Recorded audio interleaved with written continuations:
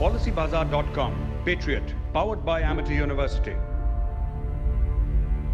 ऐ मेरे वतन के लोगों, जरा आंख में भर लो पानी।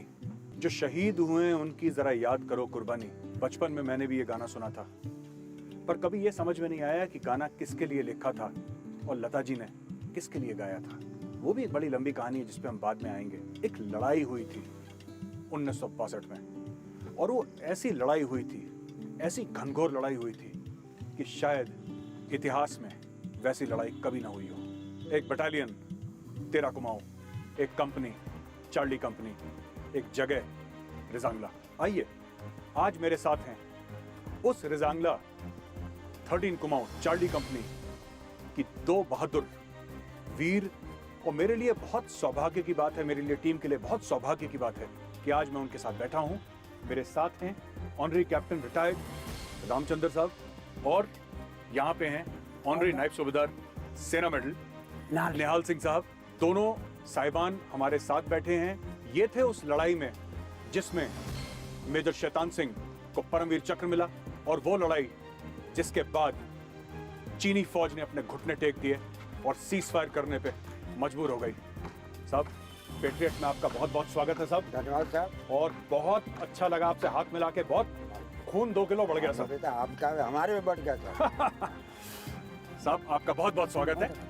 तो साहब, मैं आपसे शुरू करता हूँ। हाँ जी। रामचंद्र साहब, एक बात बताइए, रिजांगला की जो लड़ाई है, ये तो ऐसी लड़ाई ना कभी सुनी, ना कभी देखी, और ना कभी आगे हो पाएगी। ये बड़ी ही मतलब अद्भुत लड़ाई थी। खतरनाक तो थी, अद्भुत थी। आप जरा उस लड़ाई के बारे में कुछ बताइए हमारे दर्शकों को।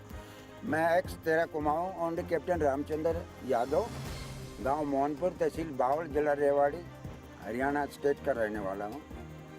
मेरी बटालियन 13 कुमाऊं, जो कि रजांगला पोस्ट के ऊपर मेरी कंपनी चार्ली, आज उसका रजांगला नाम है। उस बहादुर कंपनी की लड़ाई के बारे में मैं आज आपको बयान करता हूँ जी। हमारी बटालियन बारामूला में ट्रेनिंग कर रही थी। अचानक आदेश मिला कि 5 घंटे के नोटिस के अंदर बटालियन को लेह में पहुंचना है जी। उस टाइम खेल चल रहा था। ट्रेनिंग से आकर के एनुअल खेल भी चलते हैं। आदेश आने के बाद में एकदम से हड़कंप सा मच गया पलटन के अंदर, और कमांडरों की कॉन्फ्रेंस हुई, जवानों की कॉन्फ्रेंस हुई, और 5 घंटे से भी 20 मिनट पहले पलटन ले के लिए मुँह कर दी साहब। अच्छा। रास्ते के अंदर जब बर्फ देखी तो हमारे पास तो ठंडा ड्रेस, पैरों में जूता ठंडे, सर पर जंगल हैट या स्टील हेलमेट समझिए। लेकिन कारगिल में हमारे ही इलाके के CRP commandant colonel Ram Singh उस जगह पर अपनी बटालियन को कमांड कर रहे थे। उन्होंने जब पता चला कि 13 कुमाऊं अहिरों की आ रही है, तो उन्होंने खाने का बंदोबस्त किया। साथ ही कुछ क्लोथिंग उनके पास जवानों से बचा हुआ सरप्लस था सनों का, वो दिया। हम खाना पीना खा करके वहाँ से रवानगी कर गए और लेह के अंदर पहुँच गए। लेह के अंदर तकरीबन हमने 13-14 दिन तक क्लाइमेट किया, और क्लाइमेट करने के बाद में हमको आदेश मिला 13 कुमाऊं चशूल एयरफील्ड के ऊपर पहुँचेंगे। रात को हम लेह से निकल गए हैं, और करीब 10 बजे हम चशूल एयरफील्ड के ऊपर पहुंच गए। बहुत सुंदर एयरफील्ड था। वहां पहुंचते आनन फानन के अंदर कमांडिंग ऑफिसर, ब्रिगेड कमांडर जो बाद में चीफ बना TN रैना ने बटालियन के जो कंपनियों को लोकेशन फटाफट बताया, और हमारी कंपनी के लिए रजांगला पहाड़ी मिली जिसकी 18,000 फीट की हाइट है। Major Shaitan Singh quarter master की ड्यूटी कर रहे थे, वो पीछे रह गए थे, लेकिन उनको जल्दी आदेश मिला कि जल्दी शॉर्ट आउट करके जल्दी आप पहुंचो। तब तक हमारे पास सुविधा एक सीनियर राम शरण पहुंच गया था, जो कि उसकी सर्विस 23-24 साल थी। तो वो माना जाता है कि लड़ाई के लिए वो हर चीज़ गुर को जानता है। वो हमारे पास पहुंच गया। दूसरे दिन मेरे साहब वहाँ पहुँच गए। मेरे साहब ने पहुंचने के बाद में जमादारों को बुला, पहले जमादार बोलते, आज नायब सूबेदार बोलते हैं। जी। बहला किया, सीनियर अंशोज छुपाव में बातें करी। बातें करने के बाद में बताया हमें सामने कि देखो भाद्रो, अरुणाचल के अंदर हमारी हालत खराब हो चुकी है। ये मेजर शैतान सिंह ने बोला। हाँ जी। हमारी हालत खराब हो, क्योंकि साहब वहाँ बहुत कैद हो गए थे। हाँ। और बहुत आगे चाइना बढ़ गया था। जी। तो अब हमारी कंपनी को ये टैक्स मिला है, और इस टैक्स के ऊपर तो ये जो मुझे भरोसा है कि आप दादा किस्म क्यों रहे। जी। और आपके पास तो हिम्मत, जोश, जज्बात और जुनून है। जी। और सुदर्शन आपके साथ है। जी। फिर आपको क्या चिंता है? तो हर जी से उनका साहब आप चिंता मत करिए, सिर्फ हमें आप साइटिंग बता दीजिए मोर्चों की, ताकि हम डिगिंग शुरू कर दें। सेट किया तीनों प्लाटूनों को। 8 प्लाटून के लिए एक ट्रुप्स रहता था वहाँ पहले से ही इनका स्काउट्स का, उनके पास तो मोर्चा खुदा हुआ था, बना रखा था सैंडबैग से। लेकिन 7 और 9 हेडक्वार्टर और मोटर का पोजीशन मेरे साहब ने बताया। हमने थोड़ा खोदना, आहिस्ता आहिस्ता, ज़्यादा तो जोर नहीं दे रहे क्योंकि सांस फूलता है, हवा बहुत बुरी चल रही है, ठंडी लग रही है। लेकिन उसको नहीं गामते हुए जवान अपना काम करना शुरू कर दिया। दूसरे दिन कुछ किलो दिन आ गया हमारे पास, सनों का भी। जी। सच कहते हैं पहुंच गया हमारे पास। हमने जवानों को इशू किया, जिसमें एनशोज वगैरह को रख दिया, कोई बात नहीं, जवानों को पहले दो। 5वें 6ठे दिन फिर क्लोदिंग आ गया, तो वो क्लोदिंग हमको सनों का मिल गया। हमने डिगिंग शुरू करी, और डिगिंग शुरू, पहाड़ में डिगिंग करना भी बहुत मुश्किल होता है ना साहब। फिर हमने पैनियर प्लाटून बुलाई, गन कार्टन स्लैब लगाया, सैंड बैग मंगाया, बजरी थी वहाँ, बजरी से भर भरा करके हमने हालात ऐसी कर लिया कि हम मुकाबला दुश्मन का कर सकते हैं। जी। उसी दौरान में हमको आदेश मिला लड़ाई से 6 दिन पहले, ये कंपनी यहाँ से इस लोकेशन को छोड़ दो और पीछे वाली रिज पे आ जाओ। जी। ये जब मैसेज आया, मैंने मेरे साहब को बताया, क्योंकि मैं मेरे साहब का रेडियो ऑपरेटर था। जी। पूरी कंपनी के अंदर जो इंटरनल प्लाटून का जो कम्युनिकेशन था वो मेरे पास था। जी। बड़ा सेट वाला अलग थे, जो लेस से लगा होता था, बटालियन हेडक्वार्टर से लगा होता था। मैं साहब को मैं बोला, साहब मैसेज तो ये आई, लेकिन जवान नहीं मानेंगे। मैंने कहा पीछे हटना, अभी जवान नहीं मानेंगे। मैंने कहा जी। साहब बाकी आप बात कर लीजिए कमांडर, लड़ाई से फोर्स को तो इकट्ठा नहीं करके बात कर सकता। जी। मैं साहब खुद हर उस पे पहुंचा मोर्चे के ऊपर, और बोला कि बेटा ऐसी बात है क्या? बोला साहब प्राण चला जाएंगे, जान चली जाएगी, जमीन को नहीं छोड़ेंगे। मेहनत से हमने डिफेंस तैयार किया है, कब तक डिफेंस छोड़ेंगे? आज इसको छोड़ा है, कल कहेंगे उसको भी छोड़ो, उसको भी छोड़ो। हम डिफेंस को नहीं छोड़ेंगे, मर जाए। आने तो दो दुश्मन को, हम उसको सबक सिखाएंगे, ये हमारा काम है। आप मना कर दो। साफ मना कर दिया मेरे साहब ने कि साहब मेरी कंपनी मना कर रही है, इस पोजीशन को नहीं छोड़नी। जी। क्योंकि बहुत मेहनत से पोजीशन बनाया है, और ये कंपनी कह रही है कि ये मेन रास्ता है चाइना का, पगडंडी है, इधर से ही यहाँ का आना जाना होता था लद्दाखियों का, चाइनीजों का। और ये इम्पोर्टेंट पोस्ट है, 18,000 की हाइट है, वो 14 पे हैं, हम ऊंचे हैं, वो नीचे हैं, हम दबाएंगे उनको जब भी वो आएंगे। कमांडर बोला, ब्रिगेडियर ठीक है, सीओ भी बोला ठीक, जवानों की बात माननी पड़ेगी, और जगह भी इम्पोर्टेंट है क्योंकि हाइट के ऊपर है, ये बात मान ले। अब मेरे साहब दिन के अंदर ओपी भेजता आगे, अपने लोकेशन से 1 किलोमीटर आगे, जो कि उसको ऑलरेडी वहाँ पकड़ ही निकाल देता था 5 बजे, ताकि उसको दुश्मन देखना से। दिन भर वो ऑब्जर्वेशन करता था, देखता था।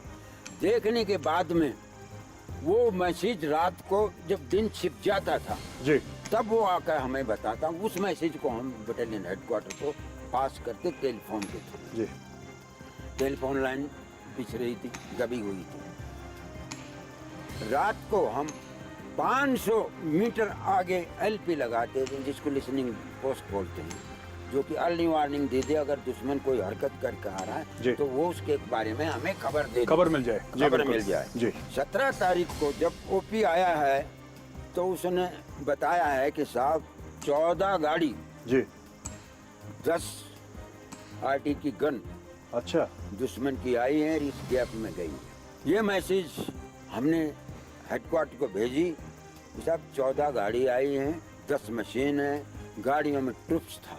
वहाँ से मैसेज आया कि देखो आप लोग चौकन्ना रहना है, दुश्मन का कोई भरोसा नहीं है। हमने कहा मैं साहब बोला कि अलर्ट हैं हम, आप इस चीज़ के तो निश्चिंत रहो, लेकिन हमारी तरफ से ये मैसेज है कि आगे ये हरकत हुई है। लोग हमको साफ दिखाई देते, उनका रोड दिख रहा था जी। हमारी रात को ये हालत थी कि 8 से 1 पेट्रोल चलती थी, मोटर पोजीशन पर आती थी, मोटर पोजीशन से 7 में जाती थी, 7 से 9 में आती थी, 9 से कंपनी हेडक्वार्टर, कंपनी से फिर वापस अपनी उसमें चली जाती। इस तरीके से 7 से उल्टी चलती थी ये, आपस में रोटेशन चलता था। जी हम और निहाल हेडक्वार्टर में थे। जी आने वाली को काम था कि इतनी दूर में ठंडे हो जाते थे, उनको बॉर्नवीटा या कॉफी देना और आगे चलता कर देना कि भाई इलाके को देखते हुए जाना है, देखते हुए जाना है। कंपनी तकरीबन आधा से भी ज़्यादा जागू ही रहती थी रात को, क्योंकि पेट्रोलिंग चल रही है सब। रात के अब वो घड़ी आती है सब, रात के 3:30 बजे 8 प्लाटून के आगे एलपी पे लगाई हुई एलएमजी से एक लंबा ब्रुश कम से कम भी 22-23 गोलियों का एक साथ ब्रुस्ट फायर हुआ। लंबा बस्ट। लंबा बचता, साथ ही वेरी लाइट लाल का फायर आता है। जी लाल का फायर आ गया तो इसका मतलब महा खतरा है, आगे से खतरा। कंपनी एकदम से भड़ाक जैसे मोर्चे में चली, किसी ने देर ही नहीं लगाई क्योंकि पेट्रोलिंग चल रही थी और वेरी लाइट का फायर हुआ। एलएमजी की आवाज थी, जो 1-2 गनर सो रहा था उसकी भी भड़ाक दे आँख खुल की, कानून आवाज तो पहाड़ गूंजता है जी। तो जवान मोर्चे के अंदर। अब ये हुआ कि कहाँ से आया, क्या हुआ, मैं साहब बोला रामचंद्र पता कर का, मैंने कहा जी ये 8 से आवाज आई है, निहाल की जो एलएमजी लग रही है उसके नीचे से आई है, मुझे मैं पता कर रहा हूँ। मैंने फौरन 8 को कॉल किया, 8 ने जवाब दिया कि एलपी से फायर हुआ है, दुश्मन की नफरी 10 की थी, 8 या 7 वहीं पड़े नाले में खत्म हो गए, 3-4 भाग गए। एलपी ने 7-8 वहीं पे ठोक दिया। वहाँ ठोक दिया जी ठोक दिया, बिल्कुल बिल्कुल। क्योंकि वो तो मारे थे ऐसे ऐसे ही नाला, इधर भी हाइट इधर भी हाइट, नाले से आ रहे नाले थे, में बीच में से आ रहे थे, वहाँ पे ठोका। उनको क्या पता कि उन्होंने एलपी लगा रखी दुश्मन। हाँ। ठीक है, और मैंने अपनी एलपी अपने लोकेशन में बुला लिए, बोला ठीक किया साहब, देखिए साहब ये वक्त आ गया है। बोले साहब आप चिंता मत करिए। हरिराम ने कहा कि आप चिंता मत करिए, सुलझा हुआ हर चीज का माहिर, हर जगह पे उसको फेंक दो, अव्वल काम करने वाला। और शेर अपना कमांड पोस्ट के अंदर खड़ा हो गया। मैं बात करके 7 से पूछने ही वाला था तो 7 का टेलीफोन आ गया। मैं साहब को बता, रामचंद्र हाँ उनको साहब क्या बात, बोला हमारे सामने करीब 500 की नफरी में दुश्मन ऊपर को आ रहा है। अच्छा। और हमको साफ दिखाई दे रहा है बर्फ के अंदर चलते हुए दिख रहा है। बोलो भाई नफरी है करीब 500 के करीब। अच्छा। मैं साहब ने बोला कि सुजाराम तो साहब आधी बटालियन झोंक दी उसने। मैं आप बता रहा हूँ। हाँ। सुजाराम साहब ने बोला मेरे साहब से बात करा। मैंने कहा जी ये मैंने कहा साहब बात करिए, बात करिए। मैं साहब बोला सुजाराम साहब, बोला हाँ साहब, बोला आज के दिन ही तो हम हैं। बोला साहब आप चिंता मत करिए, ये बहादुर तैयार हैं, हमारी मार में तो आने दीजिए। जब 300 गज के अंदर आया है तो 3 लाइट मशीन गन उनकी, 2 लाइट मशीन गन 9 प्लाटून की उनको कवर देने के लिए, 5 लाइट मशीन गनों ने जब उस नाले में फायर किया है, 7 इंच मोटर ने 7 3 इंच मोटर को आदेश दिया कि कोड वर्ड मैना, क्योंकि उस गैप का नाम मैना दे रखा था जी। 10 राउंड फायर 3 इंच को क्या दिए गमा गम कॉपी के आदेश के मुताबिक वो अटैक नाका। ये अटैक नाका में बहुत ही दुश्मन का मार मिनट इतना भारी आया साहब कि हमारा जो 20 फीट का बनाया हुआ शेल्टर था जवानों को आराम करने का वो भी उड़ गया, वायरलेस सेट भी उड़ गया। 62 सेट होता था पहले जी, भारी जी। वो भी उड़ गया, एरियल भी उड़ गया, और जो लाइन बिछी हुई थी हमारी वो भी कट गई, और एक दूसरे को बात करने का मौका नहीं दे रहा। साइड से हवा, ऊपर से गोला, 2 साइड से आदमी भिज जाता है तो क्या करेगा, यही करेगा कि आगे क्या सोचा जाए। मेरे साहब ने कमांड पोस्ट से कहा कि बेटा धैर्य रखना है, धैर्य रखना, कोई बात नहीं है, चिंता मत करो। हमारी फायर मांगा आरटी से, आरटी को मिलाया, आरटी से फायर मांगा। देखो मैं सच बताना पड़ेगा, हालांकि उसको मिला है, कुछ बहादुरी मिली है, लेकिन मैं तो कहूँगा और मैं आगे भी ये कहता हूँ कि कहना चाहिए भी। हमने आरटी का फायर मारा, पहला गोला हमारा कुक हाउस में आके पड़ा, खुद के कुक हाउस में। गोला पड़ते के साथ मेरे साहब इस चीज़ का बहुत क्वालिफाइड था साहब। मेजर शैतान सिंह। हाँ हाँ। बोला रामचंद्र क्या हुआ? मैंने कहा अपना ही कुक हाउस पर आ गया। फौरन आरटी को बोला स्टॉप, क्या दिक्कत है? बोले जी हमारे आगे तो क्रस्ट अट गया, क्योंकि वो जो पहाड़ी है ना, हाँ हाँ। वो अट गई। बोले बंद करो अपने को, फायर नहीं करोगे। मेरे पास 3 इंच मोटर है, आरटी का फायर बंद होगा। टैंक हमारे पास है नहीं, 3 नोट 3, उसको करो, वो कॉक वाली जो कॉक होना। एक राउंड लेकिन हमने, हमारे हाँ। कमांडरों ने एक बार दिमाग से जी। काम लिया जी कि जवान जो राइफलमैन था, जी उन जवानों का अम्युनिशन भी लाइट मशीन की मैगजीन में भरवाना शुरू कर दिया कि ये मशीन गन ही काम करे। इतनी देर में आवाज़ आ गई 8 प्लाटून से, ये हमारे ऊपर हमला आ रहा है, करीब 500 आदमी। फिर 500 ने अटैक कर दिया। हट को हमले पर हमला, मेजर हमले पर साहब हमला। बोला कि सुजा ना, हरे राम साहब, बोले साहब आने दीजिए। मेरे को अभी भी आता है, तो हंस के बोला आने तो दीजिए इनको, बोले कैसे। और वही हाल हुआ। 2 लाइट मशीन गन 9 प्लाटून की और 4 मशीन गन 8 प्लाटून की और 1 निहाल की। जी इतनी लाइट मशीन गन लगने के बाद में दुश्मन का आगे बढ़ना मुश्किल है। बिल्कुल। वो 14 से चढ़का रहा, हम 18 पे जी हमला। शांत काम हो गया, ऐसे जैसे कि कुछ हुआ ही नहीं हुआ यहाँ। मैं साहब बोला भाई पता कर कितने बवामिनट से जख्मी हुए, क्या कुछ हुआ। पता किया तो 7 से कुछ आए, 5-4 को चोट लगा है। 8 से बोला कि साहब जिसको लगी सबको पट्टी कर दिया है नर्सिंग असिस्टेंट ने।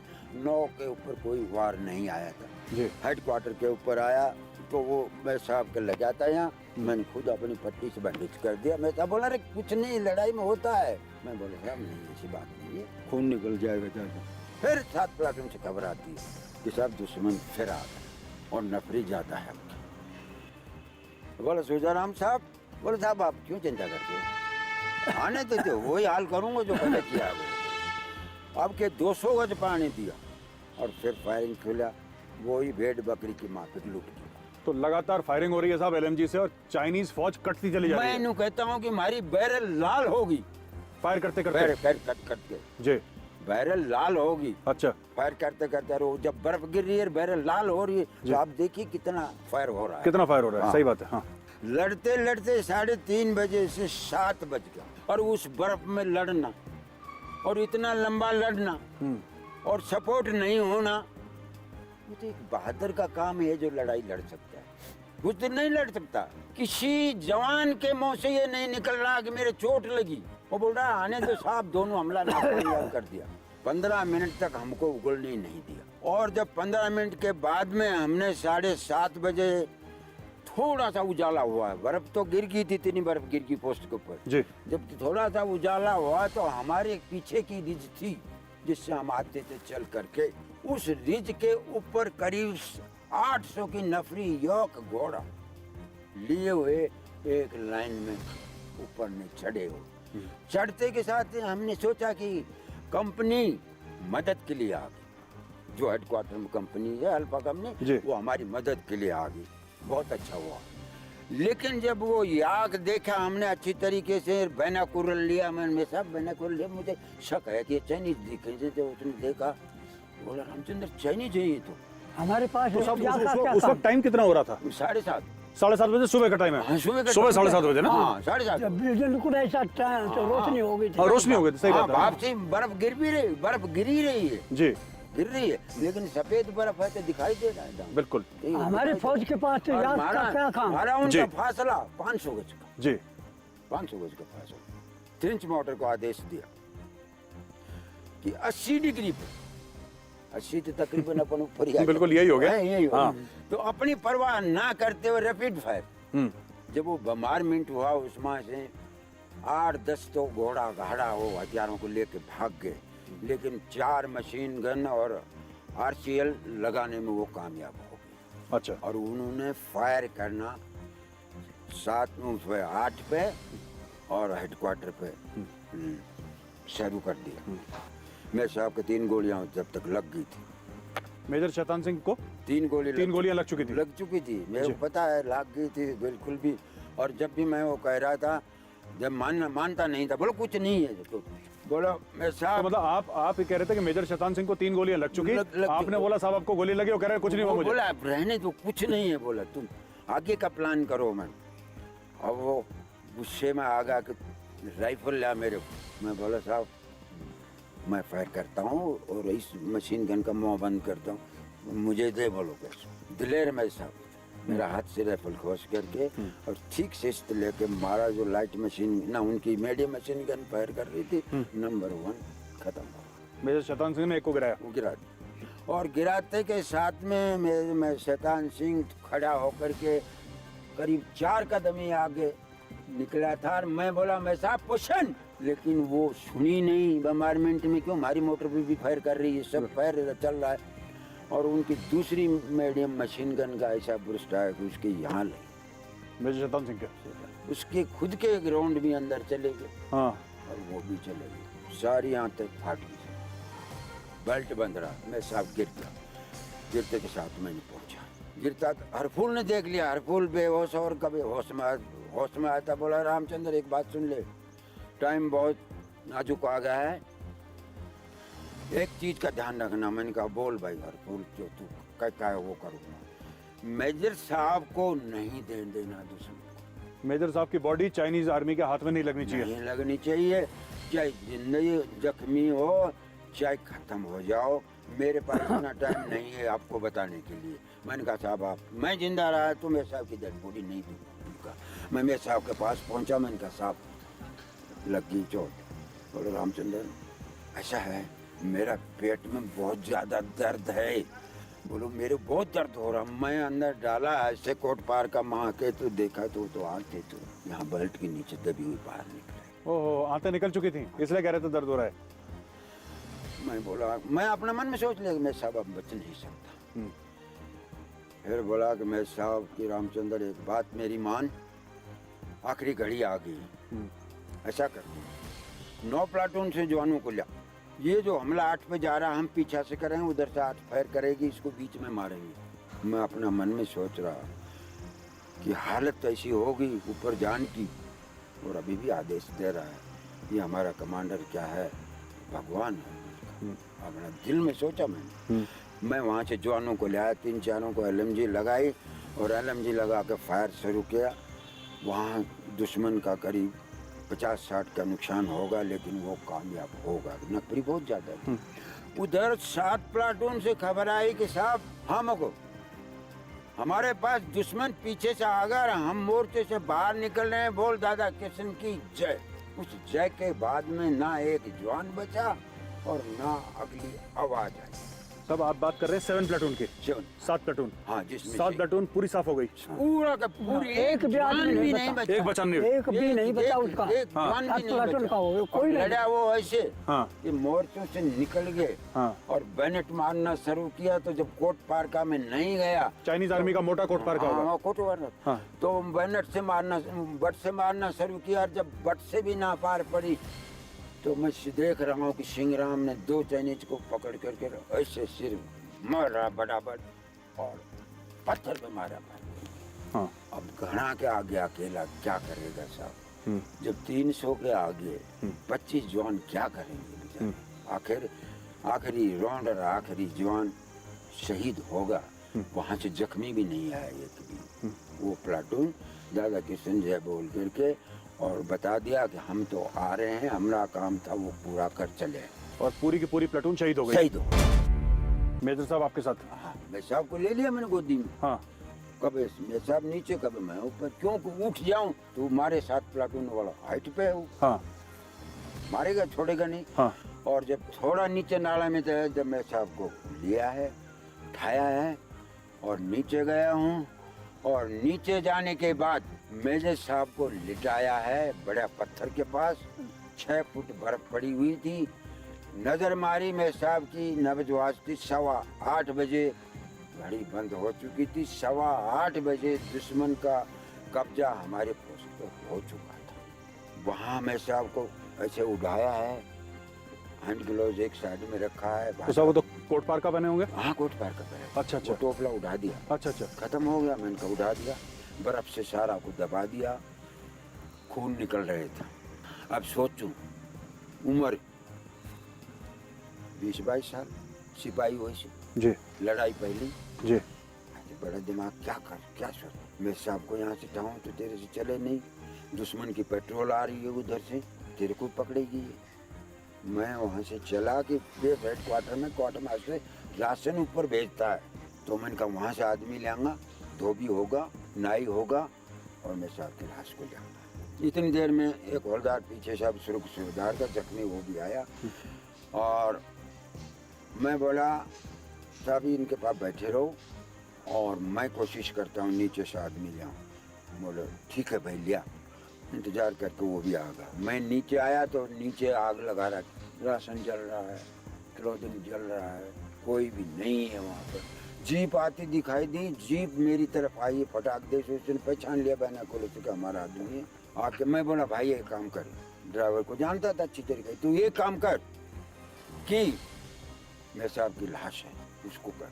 बोल भाई ऐसा वो कर आदेश है, जल्दी बैठ गाड़ी के अंदर और बटालियन हेडक्वार्टर पहुंचा। एडजुटेंट साहब डीडी शुक्रानी आज रिटायरमेंट जनरल से हैं, और सीओ जो आज सुरक्षादार के HS धिंगड़ा, दोनों से मिला। बोलो जवान, मैंने कहा साहब हाल, बोल बैठ गाड़ी में बैठे।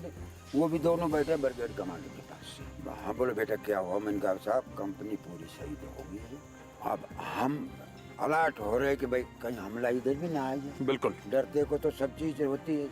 पूरी बटालियन स्टैंड टू, टैंक आ गया था हमारे पास उसी दिन। हवाई जहाज से टुकड़ों आया था, उसको असम्बल किया, और जो गैप था उसमें उसको लगाया। RCL गने 8 RCL गने लगाई, मतलब पूरा बंदोबस्त किया गया हेडक्वार्टर पर कोई कारण हमला ना हो जाए। लेकिन हेडक्वार्टर पर नहीं हुआ। दुश्मन का तो पहले ही जान निकल चुकी थी, जिसकी इतनी बड़ी कैजुअलिटी हो जाए, जिसमें ऑफिसर भी निकल जाए और ऐसी मार पड़े कि वो आज तक याद रखे, वो आगे नहीं बढ़े। कितने दुश्मन के कितने मारे साहब? 1000-1300 कितने? नहीं, 1300 जवान। 1300 जवान। 1300 जवान दुश्मन के चीनी आर्मी के चीनी आर्मी खत्म कर दिए खत्म उस रात के अटैक में। उस रात के अटैक में 3:30 बजे से और सवेरे 7:30 बजे तक ये फाइटिंग हुई है, और उसके दौरान में 8:15 बजे उसने पूरा कैप्चर कर लिया। इसके बाद में 1 महीना के बाद मेरे को दिल्ली बुलाया। आपको? जी। दिल्ली एक ब्रिगेडियर, 2 कर्नल, एक मेजर साहब, अमेरिका के राजदूत बैठे, मेरे को बैठा, 2-3 हम और थे, बैठ के वहाँ बातचीत की। मेरे से पूछने लगा, मैंने पूरी जो कहानी थी उनको बताया कि 1300 जवान सैनिक के खत्म हो गए। ब्रिगेडियर साहब ने मेरे को बोला हिंदी में कि रे सिपाही, तेरा कोर्ट मार्शल हो जाएगा। झूठ बोल रहा है?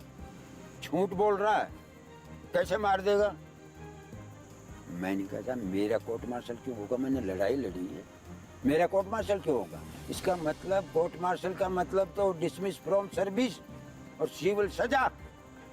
हमने लड़ाई लड़ी, हिम्मत है तो देखो मौके पे जा करके, और करके सबूत में बात ही ना सुन। मैंने कहा मैंने ये लिखवा दिया है 3 दास्तां, मेरे साहब की लाश, मेरे साहब की घड़ी, मेरे साहब की डेड बॉडी। अगर डेड बॉडी को उठा ले गया तो पत्थर मिलेगा, उसके ऊपर खून मिलेगा।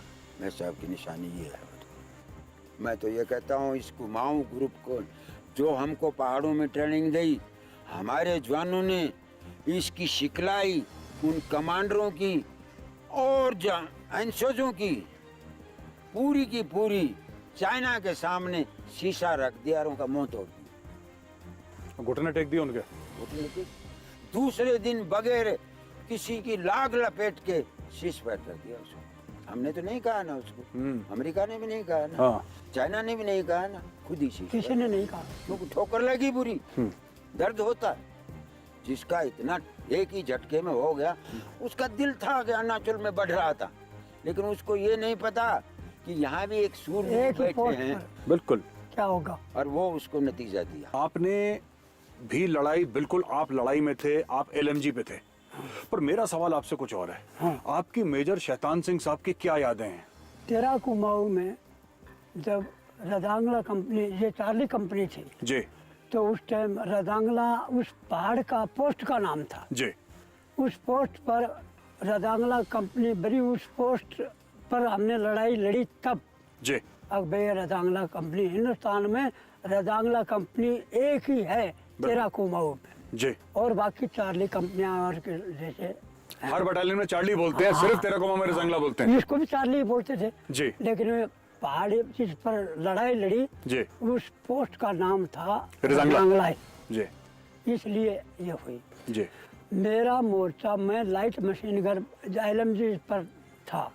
मेजर साहब ने कंपनी हेडक्वार्टर में ले रखा था। जी मेजर साहब के बैंक जो टेंट लगा हुआ था खोद कर गोल वाला, मंगोलियन उसके एक नाला इधर आता था जी। 8 प्लाटून की तरफ, एक नाला 7 प्लाटून की तरफ जाता था। जी। ऐसे रिज था, ये चीन की तरफ, ये रिज पर यहाँ पर 9 प्लाटून, कंपनी हेडक्वार्टर यहाँ, जी। थ्रेंच मोटर यहाँ, जी 7 प्लाटून बाई तरफ, जी दाहिनी तरफ 8 प्लाटून। जी 8 प्लाटून का लद्दाख स्कॉट ने कुछ वो बैंकर वैंकर बना रखे थे। जी जब ही जैसे रात को 3:30 बजे जी जैसे रामचंद्र साहब ने बतलाया, जी एक लंबा बर्स्ट आया और फिर वहाँ फिर तो मेजर साहब ने, संतरियाँ तो रखते ही थे जी हर मोर्चों के पास, अपने अपने प्लाटून के संतरा। मेजर साहब ने जब आदेश दिया तो पूरी कंपनी स्टैंड टू, जी मतलब अपने अपने मोर्चे में। जी जब अपने अपने मोर्चे में थे तो जैसा कि साहब ने बतलाया है कि एक बार हमला नाकामयाब किया, जी 2 बार भी किया, जी जैसे कभी 7 पर किया तो कभी 8 पर किया, जी बिल्कुल। कभी उन नालों से कुछ आदमी नालों से दोनों तरफ आकर हमारे पीछे की तरफ भी आ गए, जी और पहाड़ के पीछे से भी, बाएं से भी आ गए और दाहिने से भी। जी जाट का पोस्ट, 5 जाट का पोस्ट सागला पोस्ट पर था। जी सागला गांव नीचे गैप में है जी हमारा, जी लद्दाखियों का। जी वो सागला गांव की तरफ से आगे और जाट की तरफ से पीछे, नीचे से हमारे पीछे आगे, जी और सामने नालियों से भी आगे। जब फायरिंग तो शुरू हो ही गया था, मतलब 1 हमला 2 हमला जैसा जैसा आपने बतलाया इस तरह से चलता रहा। जी मेरी LMG ऐसे स्लो बनता था, जी ये नाला आता था ना तो यूं स्लो बनता था। मेरे साहब का टेंट यहाँ और ये स्लो पर यहाँ पर मेरा मोर्चा था। तो मेरे साहब बोला, मेरे साहब को तो पूरी कंपनी को हैंडल करना। जी तो बोला निहाल सिंह इधर से दुश्मन, तो हम मोर्चे में 2 आदमी थे, जी खवासपर गांव का राममेर और मैं। जब भी जैसे उनके सामने से वो पहाड़ था ना यूं, जी उस तरह से फहरा रहा था, तो जो नाले से आ रहे थे जो दिखाई दिया, क्यों हम तो ऊंचाई में थे, जी जो दिखाई दिया उसको हिट। अच्छा कितने ही आदमी मारे हैं, जब 1300 आदमी मारे हैं, जी 114 आदमी हमारे शहीद हुए, जी 5-7 हम बचे थे, तो 121 तो टोटल ही था जी मेजर साहब को लगा कर। जी अब बताइए कि एक के हिस्से में कितने आए, किसी की ये गिनती थोड़ी थी अगर रामचंद्र साहब ने कितने मारे या निहाल सिंह ने कितने मारे। जी भैया अपना अपना लड़ाई के अंदर ट्रेनिंग होती है हमारी हिंदुस्तान में जी लड़ाई की। तो लड़ाई के टाइम पर हर जवान, हर कमांडर अपनी समझ बूझ से काम करता है। जी मेजर साहब का काम आला दर्जे का था, वैसे दिलावर आदमी था। जी मेजर साहब ने जब ये लड़ाई घमासान हो रही थी, जी। ज़्यादा हमारी कैजुअलिटी हुई है जी बम्बारमेंट से। जी हमारे तो थ्रेंच मोटर ने बहुत नुकसान किया जी। उनका। तो मैं LMG से ऐसे उनकी तरफ, वो नाले की तरफ जो अच्छा। आ रहे थे उन पर फायर करता था। अच्छा यूं ही उधर से फिर आया तो वो जो पीछे आ रहे थे ना, हाँ उन्होंने मेरे मोर्चे पर वो फैर किया, फैर आया अच्छा। तो सैंड बैग में लगा, सैंड बैग मिट्टी के भर के तब बना रखा था जी। मोर्चा। जो ही लगा तो LMJ का टर्न यूं किया ना मैंने, हाँ तब LMJ का टर्न यूं किया जी, तो मेरे दोनों हाथों में गोली लगी गोली लगी थी। तब ये गोली यहाँ लगकर जी और ये यहाँ लगी। देखिए कितना क्लियर पोजिशन था ना, जी जी जी LMJ यूं किया ना जी, तो यहाँ लगकर और ये निकल गई, हाँ हाँ ये निशान रहा, बिल्कुल, ये जी। देखो ये इतना टेढ़ा हो गया हाथ, हाँ हाँ और यहाँ लगकर और ये निकल गई। जी LMJ का पट पकड़ रखा था। जी अब गोली लगते ही मैंने LMJ के ताल वाले वो खींचकर और LMJ का पिस्टल ग्रिप और 10 ब्लॉक दूर पर तो उसमें फेंक दिया। कैजुअल्टी होते ही हाथ जी। दोनों में गोली लगी जी तो मैं बैठ गया ना नीचे। जी तो दुश्मन को कलेजा चाहिए कि अभी तक तो फैर कर रहा था, इतना कलेजा चाहिए सामने आने के लिए। मेरे पास आते तो लात भी मारता। ये यकीन करो 70 की 9 किलो, 1 किलो मेरा उस टाइम वजन था। जी और एक फाइट मारता तो 4 कदम दूर जाता। उनका 5 फुट से ऊंचाई किसी की ज़्यादा नहीं है, शरीर पतला है। तो जब वो मोर्चे में मेरे को आकर भैया तो बिल्कुल उन्होंने सोच लिया कि यहाँ से तो कुछ हो ही नहीं रहा। तब मेरे मोर्चे से मैं आकर मेरे को मोर्चे से बाहर निकाला। मेरे दोनों हाथों में यहाँ से कोट बार का तो मैं पहन रखा था, जी इधर से भी खून इधर से भी खून। अब बाहर निकाल कर तब वो मेरे को बाहर निकाल कर पकड़ कर यहाँ से और जाए तो इधर हाथ ना लगाऊं, खून आ रहा था ना। फिर वो बातचीत पूछे, हमारे CO साहब का नाम पूछा, मगर नो अंदर। मैं फिर उसके बाद में कुछ नहीं पूछा। वहाँ से ले जाने लगे तो मैं क्यों वो क्यों अब जब मुर्दा हो जाता है तो उसमें वजन भी हो जाता है कि जी। वजन फालतू था ही। जी तो कभी 2 आदमी फिर चेंज करें, फिर करें, कोई इधर से पकड़े ले गए तो वो अपने पोस्ट पर आहिस्ता आहिस्ता करके मेरे को ले आए। शाम को करीब पता नहीं 5 बजा था, 5:30 हुआ था, वहाँ पर ले गए। जब वो ले गए तो वहाँ पर मैंने देखा तो उन्होंने यूं ही मेरे को यूं खड़ा किया ना यूं, जी तो परमात्मा जो है बहुत, वो कहते हैं ना मारने वाले से बचाने वाला तेज होता है। जी यूं ही उन्होंने मेरे को यूं खड़ा किया जी और यकीन करो मेरे दिमाग में एक टू गिर जा। मैं साहब ऐसे खड़ा किया तो मैं सीधा का सीधा यूं गिर गया। जब मैं गिर गया तो उन्होंने मेरे यहाँ पर हाथ रखा, अब भाई इसमें कुछ दम है या नहीं। मैंने सांस को ही रोक दिया इस तरह से ना। अब ना तो अंदर ही अंदर मतलब उन्होंने ये जजमेंट हो गया कि भाई ये तो गया। तो तब तो एक संतरी यूं मेरे एक आदमी घूम रहा था। अब रात को 2 संतरी होते ही भूखा प्यासा रात होगी। जी अब टाइम का तो पता नहीं साहब कितना था। मैं कहा भाई देखो, लेकिन परमात्मा समझ देने वाला है। मैं रात को ना वो संतरी यूं घूमते रहे जी यूं, और कभी यहाँ से बात करें, थोड़ा सा दूर होकर बात करें, तब ऐसे घूमते रहे। तो मैं यार ये तो संतरी ये तो घूमते रहते हैं, कभी उनकी बातें तो समझ में आवे ना। वैसे बोली आवी थी जी अगर भैया बातचीत कर रहे हैं। मैंने क्या कहा भैया, मगर देख जाएगा, ये कई बार यूं चक्कर लगाते हैं तेरे, अपनी तरफ ना हमारी तरफ लगाते हैं। अगर भाई हिंदुस्तान का कोई आदमी आ जाए ना तो अपनी तरफ उधर नहीं रह के ना यूँ चक्कर लगाते। मैं जब साबुन उन चक्कर लगा कर वो ऐसे हो गए ना, जी पता नहीं कितना फासला हुआ, मेरे को अंदर में देखा था। जी उनकी आवाज़ ना आई, जी मेरे को सुनाई नहीं थी। जी मैं वहाँ से उठ कर जी ये ऐसे पोजीशन था तो इस हाथ को, ये तो हाथ को मेरे को ये यकीन था कि ये हाथ तो निकलेगा, जी इतना भारी हो गया। जी ऐसे पकड़ कर उनमें खड़ा होकर जी। आहिस्ता आहिस्ता मैं थोड़ा चीन की तरफ, दिल्ली की तरफ हुआ उल्टा। जी अब भाई सामने से लगे हुए हैं और हमारा सख्त पहाड़ था, स्लोप यूं दाहिनी तरफ, जी और पगडंडी हमारे यूं यूं जाते थे ना, जी वो बाईं तरफ थी। मैं थोड़ा पीछे की तरफ, मगर यहाँ आगे की तरफ चला गो तो वहाँ पर फिर मारेंगे। मैं थोड़ा पीछे हटकर और अपना अंदाजे से फिर दाहिनी तरफ से सख्त पहाड़ था ना, आहिस्ता आहिस्ता यूं पकड़ कर चला। और फिर उस पोस्ट से आकर यूं ही मैं ऐसे, ये सफ़र था ना, यूं ही अपनी तरफ ढलने वाला ही था, करीब करीब थोड़ा ही फासला था, तो उन्होंने 5 रोशनी के फेर किए। जी तो मैं कोट पार का अस्तर हमारा एक तरफ हरा और एक तरफ सफेद सफ़ेद, जी वो सफ़ेद वाला था, तो वो बर्फ़ से मिला ही था।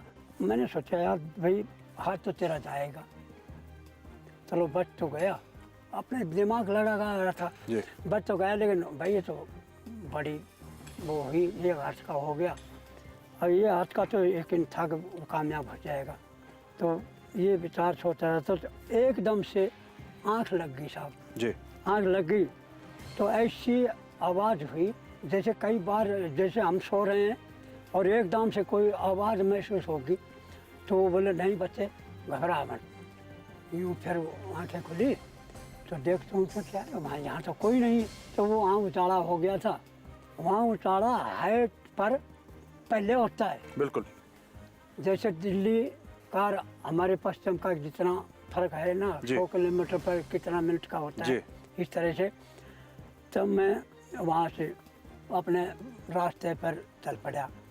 तो अब मैं चलता चलता आ रहा सड़क तो दाहिनी तरफ वो तो गैप तो था ना, तो हमारे दौलत राम साहब सूबेदार अशोक चक्रा बेउड़ गांव का था, जी डेल्टा कंपनी का, जी एक प्लाटून टैंकों पे लगा रखे थे। ऐसा पहाड़ बनता था कि यूँ पहाड़ बनता था और नू और ये घाटा वो नू ने भी ऊँचे पहाड़, नू ने भी, और मैं चीन में लगाव होता था, तो वहाँ वो घाटा ने कवर कर रखा था टैंकों ने। जी उसमें इन्फेंट्री की एक प्लाटून दौलत राम साहब की वहाँ थी। जी तो मैंने दिखा यार ये तो हम वहाँ गए काफ़ी परे दिखाई ना, मैं कहा यार ये तो फौज है। अब ये नहीं पता ना अगर ये चीन के हैं कि हमारे हैं, क्यों हमारे को तो कानवाई से वहाँ उतार के कंपनी को हाँ और पहाड़ पर चढ़ा दिया। बोला ये कंपनी तो रदांग, ये चार्ली कंपनी तो ये रदांग लाइन पर जाओ। अब आगे के क्या कहानी भी पता नहीं कितनी दूर पर है, ये तो नहीं पता ना हमको, बिल्कुल कभी आया हुआ। अब ये क्या अंदाजा कि ये हमारे यहाँ के चीन के हैं। तो कैसे पता लगा सब? यूँ फासला था ना, हाँ तो मैं कहा कैसे पता लगे। हाँ अब दौलत राम साहब यूँ क्यों वहाँ पर उस रोड पर उस टाइम पे दिन में जी कौन आदमी आएगा वहाँ, जी भाई या तो गाड़ियाँ वाड़ियाँ आएंगी, लेकिन अकेला आदमी यहाँ पर क्या काम। जी तो दौलत राम साहब दूरबीन से देख रहा था, बोला भाई अपने जवानों से बोला भाई ये आदमी तो मेरे को अपनी कंपनी का बचा हुआ लगता है। तब बोला रे कौन है तू, इधर जा जोर से ना, कई जवानों ने हला मारा, तब ये तसली हो गई, मगर ये तो अपने ही है। आया है जाकर देखा तो मैं ऐसा ऐसा यूँ गया, तो वहाँ पर एक आर्टली टैंकों वाला ना कुक हाउस में हलवा बना रहा था और चाय तैयार थी, चाय पीते जाते हलवा बना रखा। तो मैं करीब 11 या 10:30 ऐसा टाइम अंदाजन हो गया। तो जब उन्होंने इशारा किया तो फिर दौलत राम साहब ने पहचान लिया, ओ बेटे निहाल सिंह क्या हाल है, मगर साहब बिल्कुल ठीक से। फिर शिव साहब को फ़ोन कर दिया, मेरे गांव का हमारे ताऊ का लड़का वहाँ था, शिव साहब का ऑपरेटर। तो बोले साहब भैया फ़ोन आया है, निहाल सिंह पहुँच गया वहाँ। शिव साहब सूबेदार में जो तंदकी राम साहब ऐसा झिंगड़ा वहाँ पर आए, बातचीत पूछी, बोले वो चाय पिलाई उन्होंने अपने आप, हमारा भाई ने और सूबेदार साहब ने, और हलवा खिलाया चम्मच से। क्यों मेरे हाथ तो 3 महीना तो मेरे हाथ मुँह के पास नहीं गया साहब। हाँ जी बिल्कुल। फिर हॉस्पिटल में भेजा, वो कानवाइयाँ ख़राब हो गई। तो इस तरह से 5 दिन में तो सही हालात में जम्मू हॉस्पिटल में, इसमें उधमपुर हॉस्पिटल में आकर जम्मू पहुँचाए। तो फिर उन्होंने सफाई करके और फिर ये धीरे-धीरे ठीक पट्टी करवाई।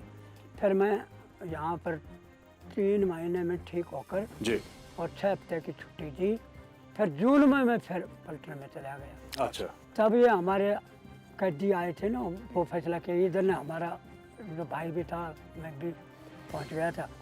तब ये हमारे कैदी आए। पौने 2 साल में तो हमारे 8 डेड बॉडी लाए थे। हाँ। क्योंकि जो बर्फ में नहीं निकली ना, वो पार्लर 96 डेड बॉडी भर लाए थे। जी। अच्छा निहाल साहब, मैंने आपसे बात करी, अब मैं वापस आप पे आता हूँ।